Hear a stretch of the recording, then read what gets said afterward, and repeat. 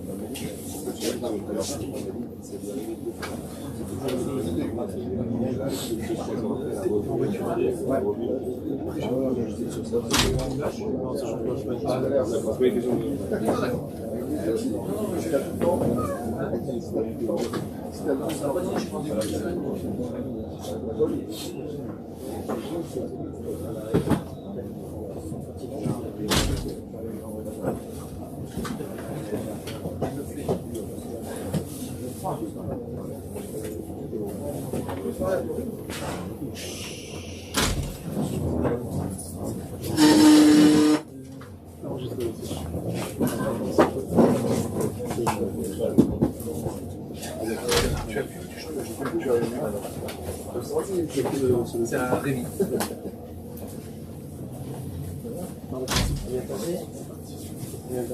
Voilà, Boker Tov à tous. Nous allons commenter aujourd'hui une Gemara dans Ta'anit Daf Chaftet. Amar Rav Yehuda vered Rav Shmuel bar Shilat mishmei Rav. Keshem shemi shenichnas av ma'atim besimcha, kach mishenichnas adar marbim besimcha. De la même façon que lorsque Av entre, on diminue la simcha, ainsi lorsque Adar entre, on est marbé, on augmente la simcha. Alors, qu'est-ce que ça veut dire Alors d'abord, il faut comprendre le keshem. De la même façon que, a priori, cette présentation est étonnante. Ça n'a rien à voir, c'est deux pôles différents. C'est même l'opposé. L'un, c'est la diminution de la simcha, l'autre, c'est l'augmentation de la simcha. Pourquoi est-ce qu'on veut mettre sur un pied d'égalité où on veut lier le fait qu'en Av, on diminue la simcha, alors qu'à Adar, on augmente la simcha? Le Shulchan Aruch n'a rapporté qu'une partie de cette phrase.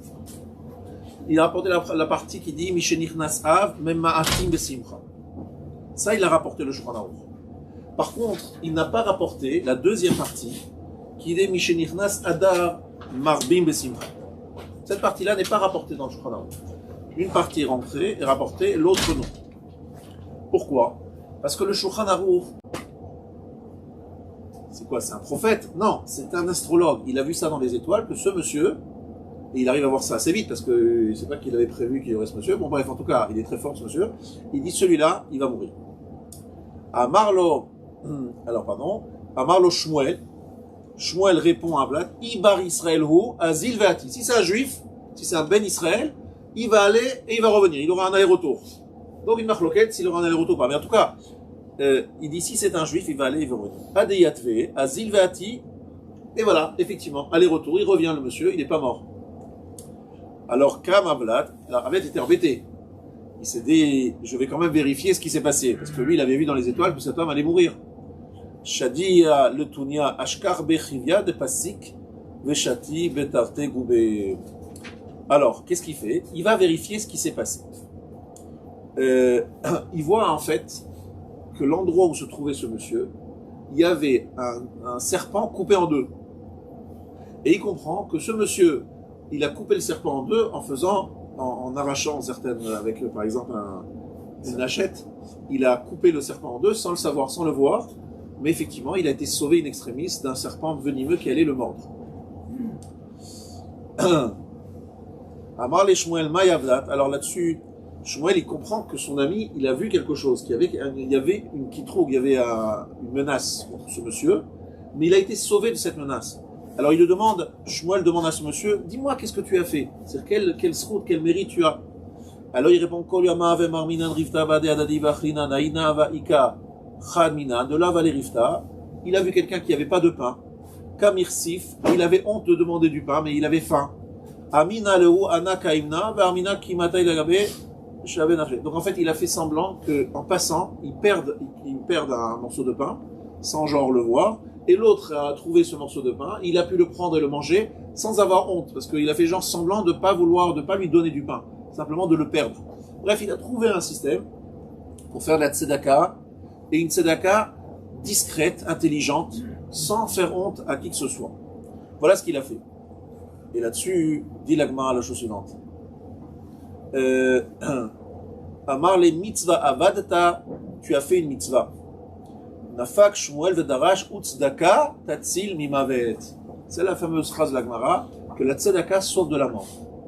C'est le fait d'avoir donné le morceau de pain à ce pauvre et d'avoir donné en faisant attention à son kavod, à sa dignité. C'est ça qui a sauvé ce monsieur de la taï mitzvah. Le soleil se lève. Le soleil va se coucher ce soir, Bezrat Hashem, pour les mêmes raisons. De sa promenade pour aller près du Hagam, tu reviens, tu dis, ah, mais tout va bien aujourd'hui, tout va très bien. Oui, t'as pas vu qu'il y avait ceci, qu'il a failli avoir cela, et que ceci, il est là, et il te sauve de nombreuses fois, et tu sais même pas pourquoi il te sauve. Il te sauve parce que tu as fait telle ou telle mitzvah, comme la tzedaka, qui sauve de la mort. Tu sais pas ça, mais Hachem, il te sauve grâce à ça, pour cela. Alors maintenant, il faut savoir la chose suivante. Lorsqu'on étudie Megillat Esther, évidemment, toute la Megillah, le jeu de la Megillah, c'est de voir exactement dans la Megillah des détails. Alors, en gros, vous connaissez la Megillah, c'est pas nouveau pour vous la Megillah, vous la connaissez par cœur. Mais est-ce que vous connaissez par exemple les détails que je vais vous donner? Un détail par exemple que vous connaissez pas, j'en suis presque sûr. Lorsque Charvona, il revient, eh bien, il dit, pas il revient, il rentre dans la salle, dans la pièce où il y a Achashverosh, où il y a Esther et il y a Haman. Qu'est-ce qu'il dit? Il dit, regardez, il y a un arbre très haut, d'accord, qui fait 50 coudées. D'accord, il fait 50 coudées. Et alors, qu'est-ce que tu veux montrer? Et alors, il dit une phrase, Charbona, qui est très bizarre, cette phrase. Je vais montrer la phrase, juste je la retrouve, 2 minutes. Une phrase où il dit Vine etz gavoa chamishim amar. Moi j'ai toujours compris qu'il parlait du fait que Haman avait préparé un etz gavoa chamishim amar de 50 coudées et dans lequel on allait pendre Mordechai. Or, Achashverosh vient de récompenser Mordechai parce qu'il l'a sauvé la vie. Donc il dit quoi? Haman, il veut tuer celui qui m'a sauvé la vie. C'est comme ça que je l'ai compris, mais c'est pas que moi j'ai compris. On a tous compris comme ça. Sauf que dans la phrase de Charbona, il y a un lachon meyuta, un mot en plus. C'est quoi le mot en plus? C'est écrit Im ala melech tov. Excusez-moi, juste je retrouve la phrase parce que la phrase m'échappe pour l'instant. Donc il dit, en plus de la phrase tout simplement connue qu'il a, voilà, le et gavoa qui voulait, etc. Il ajoute une phrase. Il dit Im ala melech tov. Mechila, donc je ne retrouve pas la phrase ici, vous la reverrez vous, mais la phrase elle veut dire la chose suivante. Charvon a dit que Haman a dit, vous avez vu cette grande potence, c'est pour Mordechai, mais vous savez quoi? Ça serait très bien aussi pour le roi. C'est-à-dire en fait, je vois très bien le roi Achashverosh sur cette potence. Vous savez que is no good, le vizir, qui veut être calife à la place du calife. En fait, c'est aussi un biour, une explication sur Megillat Esther. Haman, en fait, son but, c'est pas de rester le second, il veut absolument se débarrasser d'Achashverosh et de prendre sa place. Seulement, il le dit pas officiellement. Sauf que Charbona, il a surpris en train de dire une phrase qui lui a échappé. Il dit, tiens, je vais commencer par Mordechai, et ça irait très bien pour Achashverosh aussi. Et alors, il rapporte ça à Achashverosh, qui voit Haman sur le lit de Esther. Donc il est déjà très énervé. Et lui, tu sais, finalement, Haman, il avait projeté de te pendre toi aussi là-dessus. Alors qu'est-ce qu'il fait Achashverosh? Il me dit deux. Il dit, ça tombe très bien, c'est lui qu'on va pendre. Comme ça, je vais me débarrasser de mon ennemi. Donc ça c'est un point que, alors j'ai oublié, j'ai pas vu encore la phrase, mais l'idée que vous verrez dans Charbona. Ça c'est le Gaon de Vilna qui donne cette explication. Charbona vient juste au bon moment dire à Achashverosh qu'il y a quelqu'un qui complote contre lui, qui est ni plus ni moins que son premier ministre. Incroyable. Mais c'est pas tout. Il y a plein de détails dans la Bible qui montrent que tout a été réglé comme une horloge. Chaque événement qui arrive entre guillemets par hasard n'est pas un hasard, c'est calculé, etc. Et ça s'appelle les Nissim Anistarim, les miracles cachés que nous-mêmes nous ne voyons pas toujours. Mais je sais qu'entre nous on se parle des fois, on se dit tiens, finalement c'est quand même bizarre. Arrivé ça, puis après ça et ça, mais c'est quand même un ensemble d'événements qui arrivent par hasard et à très beau moment, et tout le principe même. Alors vas-y, tu nous lis la phrase, tu l'as retrouvée. Voilà, on a trouvé la phrase, comme ça on va vous montrer comment c'est écrit Medouyak dans les mots.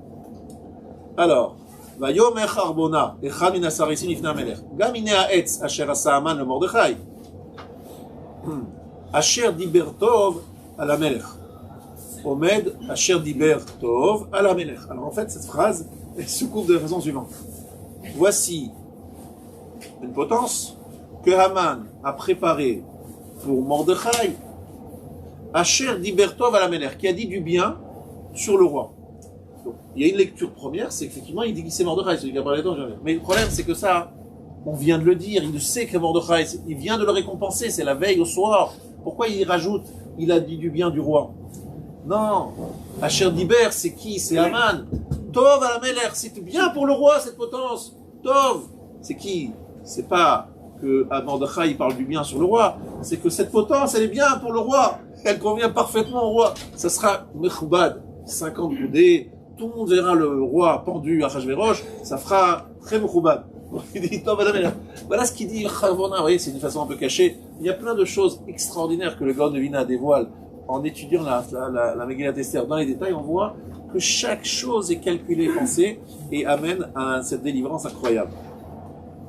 Alors, par exemple, encore,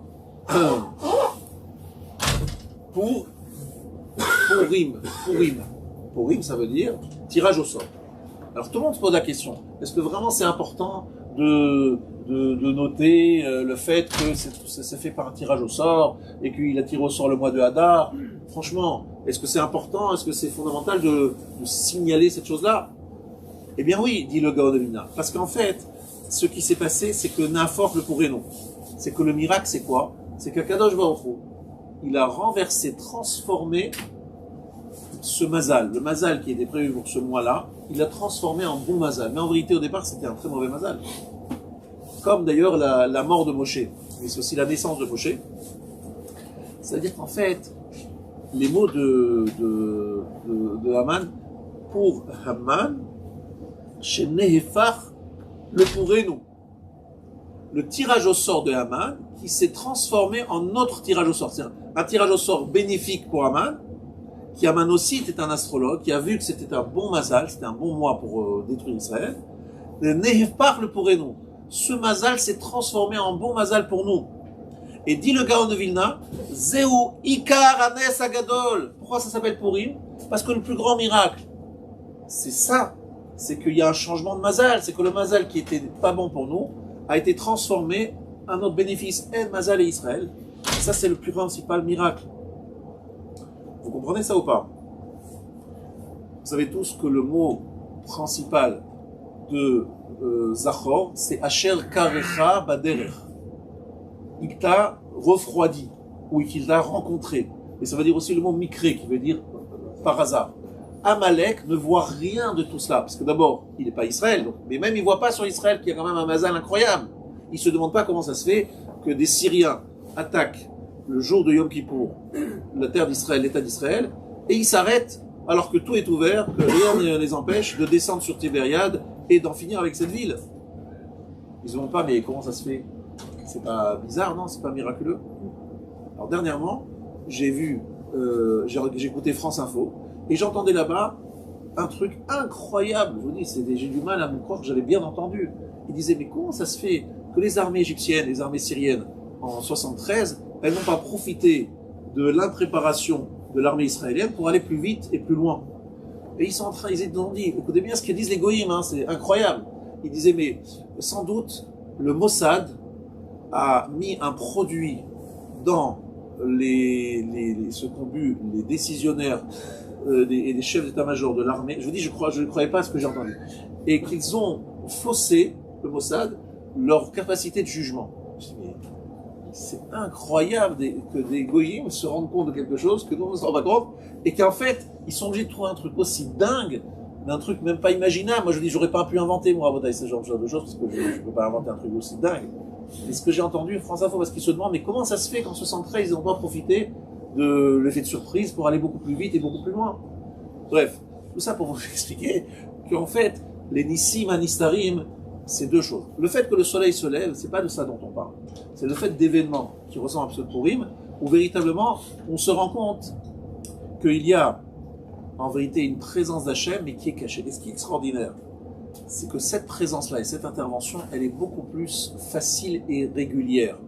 Heureusement d'ailleurs, parce que la régularité des miracles dévoilés sont quand même, on est bien d'accord, c'est arrivé en sortie d'Égypte, c'est arrivé à quelques fois dans l'histoire, mais c'est pas très régulier. Pourquoi? Parce qu'en fait, Akadosh Baruch Hu s'interdit de changer les lois de la nature. Mais si on préserve les lois de la nature, Akadosh Baruch Hu, il dit, si un homme est méritant, j'y vais, je l'aide, je lui rends service. Donc qu'est-ce qu'il fait Akadosh Baruch Hu? Si quelqu'un est méritant, il lui envoie plein de miracles cachés, mais des miracles quand même, parce que ça ne devait pas se passer comme ça. Et le miracle se constitue dans le fait qu'il y a, au moment opportun, justement quelque chose qui arrive, qui aurait pu ne pas arriver, qui arrive entre guillemets par hasard, on peut l'expliquer que c'est venu par hasard, mais qui arrive juste au bon moment pour sauver et nous sauver de différentes choses. Comme par exemple, l'histoire que j'ai très souvent racontée ici, qui est une histoire qui m'a marqué, parce que je l'ai racontée très souvent. Dans 1991, au siècle dernier, il se trouvait que j'étais juste après mon mariage, quelques années après mon mariage, et j'étais avec ma femme en train d'écouter, parce qu'on écoutait la radio, puisqu'il fallait savoir si Saddam Hussein allait envoyer encore des missiles, des Scud, et qu'il a d'ailleurs, je vous le rappelle, stoppé le jour de Purim. Et que lui, il est en Irak, c'est-à-dire l'endroit où il y avait Haman et Achashverosh, vous comprenez, qu'il a envoyé juste 39, comme les 39 Makot, sur Israël, et qu'en plus, il a dit la chose suivante, je mettrai Tel Aviv à feu et à sang. Alors tout le monde a rigolé, il est rigolo ce Saddam Hussein. Sauf qu'il a bien visé, c'est incroyable, hein. Il y a un Scud est arrivé juste à un endroit où il y avait un réservoir de gaz qui alimentait une grande partie de Tel Aviv. Et il est tombé sur ce réservoir, sauf que ce réservoir, il y avait une fissure la veille, et qu'ils l'ont vidé. Et qui raconte ça pas? C'est pas le Rav barbu c'est le porte-parole de Tzahal qui dit, vous savez, on va vous révéler maintenant quelque chose. Effectivement, Saddam Hussein avait une information, il savait quel endroit se trouvait le réservoir de gaz. Lorsqu'il disait, je vais mettre Tel Aviv à feu et à sang, il ne parlait pas en l'air. Il visait cet endroit-là, et cet endroit était vidé pour des raisons de sécurité en technique, juste avant que le Scud lui tombe dessus. Alors vous me dites quoi? C'est par hasard? Tout est par hasard. Mais en fait, quand c'est des miracles cachés, Hachem, il peut intervenir tout le temps. Vous voyez ce que je veux dire? Mais lorsque c'est des miracles dévoilés, il ne peut pas intervenir tout le temps. Il s'est interdit de changer les lois de la nature. Là, ça paraît normal. Bon, il y a eu un petit problème technique, c'est normal, ils l'ont vidé. Mais en fait, il y a une fuite, mais c'est tout. C'est discret, mais ça arrive tout le temps. Alors, est-ce que vous dites, croyez-le, il y a des miracles qui arrivent tous les jours par le mérite des mitzvot que vous avez faites, vous avez réalisé, qui vous protègent, vous et moi, tous les jours, mais on n'en est pas conscient, comme ce monsieur qui est allé faire un aller-retour à l'étang, en pensant que tout s'était bien passé, qu'il n'y avait rien eu, qu'il n'y avait aucun danger, mais en fait, il vient d'échapper à un danger mortel, et il ne le savait même pas. Et Rabotai, la fête de Purim est une fête qui arrive toujours avant Pessah, et elle nous prépare à Pessah. C'est un Purim, Pessah, comme une sorte de tremplin, Purim, Pessah. Parce qu'en fait, il faut relier les deux fêtes. Purim et Pessah, il faut les lier, parce que l'une parle de miracles dévoilés, et l'autre parle de miracles cachés.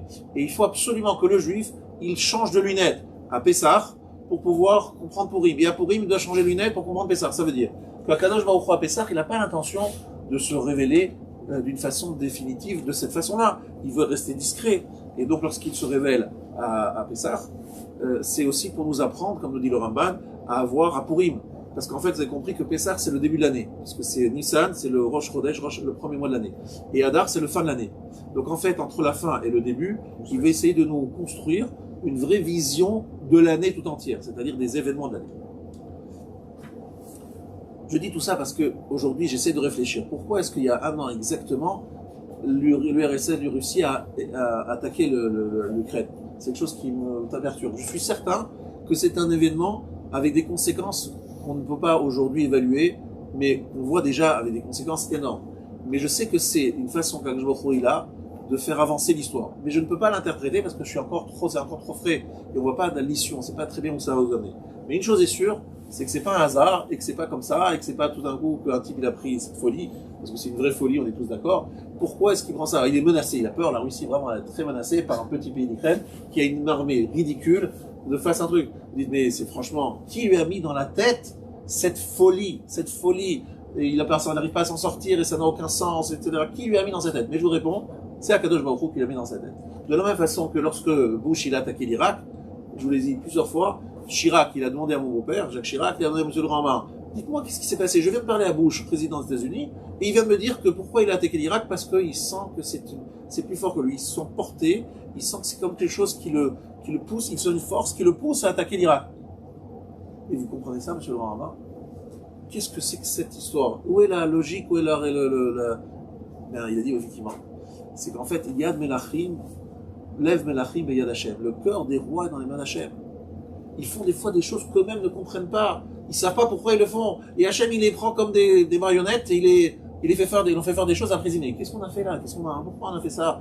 Qu'est-ce qui se passe? On sait plus comment se dépêtrer. Poutine, il sait pas comment s'en sortir. Il dit, oulala, dans quoi je me suis mis? Et les gens commencent ils voient des morts, etc. Il dit, mais où je suis là? Qu'est-ce qu'il commence à rentrer dans une logique? Il sait plus comment s'en sortir. Ça, c'est une façon de regarder l'histoire un peu différente. Mais dans la vie de chacun d'entre eux, il y a exactement cet élément-là. Maintenant, Rabotai, je voudrais vous expliquer et défendre un passage de la Tfila qui s'appelle les Psouké des Imra. Les Psouké des Imra, les pauvres, ils ont des fois pas beaucoup de chance. Les gens arrivent en général en retard et sautent sur un certain nombre de Psoukim. Je ne sais pas pourquoi. Ils n'ont pas beaucoup de chance. En tout cas, pourquoi est-ce qu'on fait les Psouké des Imra? À cause d'une Gemara dans Berachot, page 31. En omdi leitpael, lo mitor srok, lo mitor hatzvut, et lo mitor simcha. Pour prier, il faut être dans un état de simcha. Bon, de quel simcha on parle? Simcha shel mitzvah, dit la Gemara. Une simcha de la mitzvah. Qu'est-ce que nous Chachamim nous demandent? Ils nous demandent au moment où on va commencer l'Amida. Avant de commencer l'Amida, il y a une halakha. L'Amida, on peut la commencer que si on a fait d'abord Ashrei, par exemple, dans Mincha, au minimum Ashrei. Avant l'Amida de Harvit et de Shacharit, c'est long, il y a beaucoup de psukim. Mais l'idée c'est quoi? L'idée c'est tout simplement, l'idée c'est de dire qu'il faut arriver à une mention de Simcha Shel Mitzvah. Et comment j'arrive à la Simcha Shel Mitzvah? Dans ces psukim, Rashi nous dit, Divrei Tanchumim, je vous cite Rashi, Divrei Tanchumim Shel Torah, des paroles de consolation, que Gon Samour Ligeulat Mitzrayim, proche du rappel de la délivrance d'Égypte, au Samour Liteila de David, Shou Shel Shevach Vetanchumim, toujours les mots de Rashi.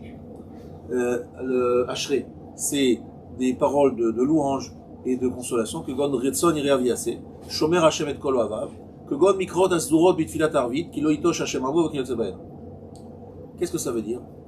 Ce sont des versets qui nous apportent du courage, de l'espoir, une force. On dit Akadosh Baruch Hu est avec nous, Hashem il va nous aider. Hashem...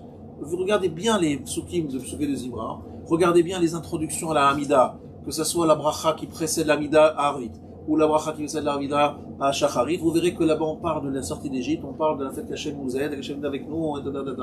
Tout ça pour nous donner de la Simrania, on a la Simra, on a Hachem avec nous. Ok?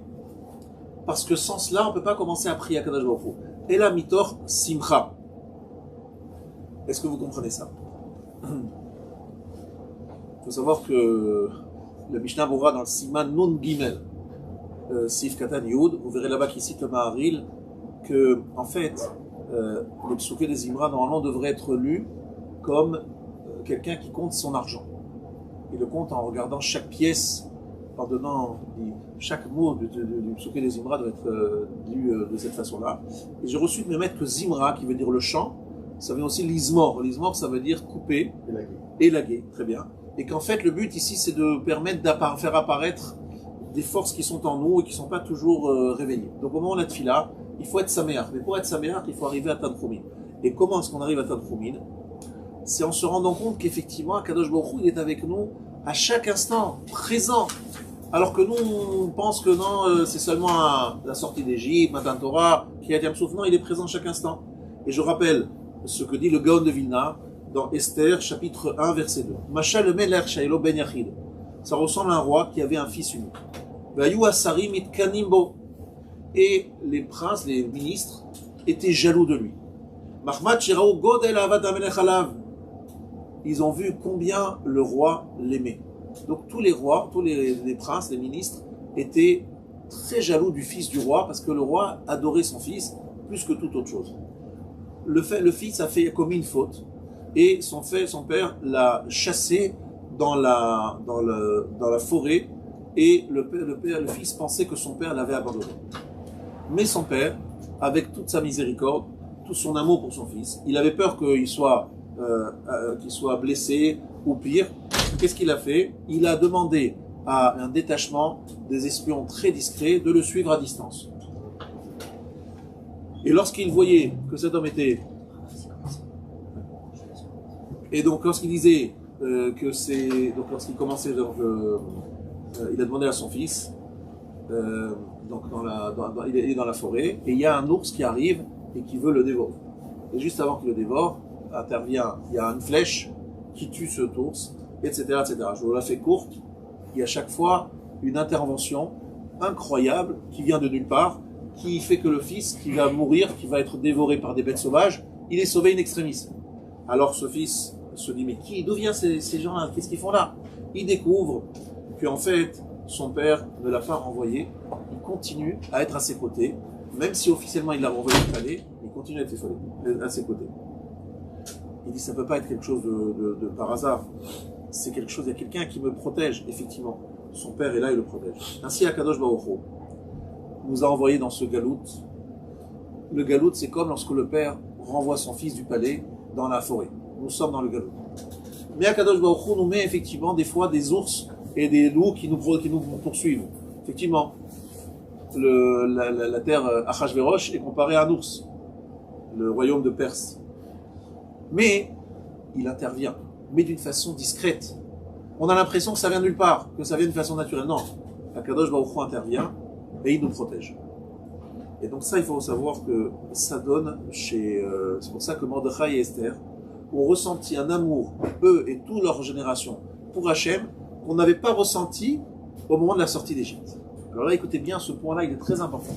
Au moment de la sortie d'Égypte, on a reçu la Torah avec crainte. Au moment de Mordechai et Esther, on a reçu la Torah avec amour.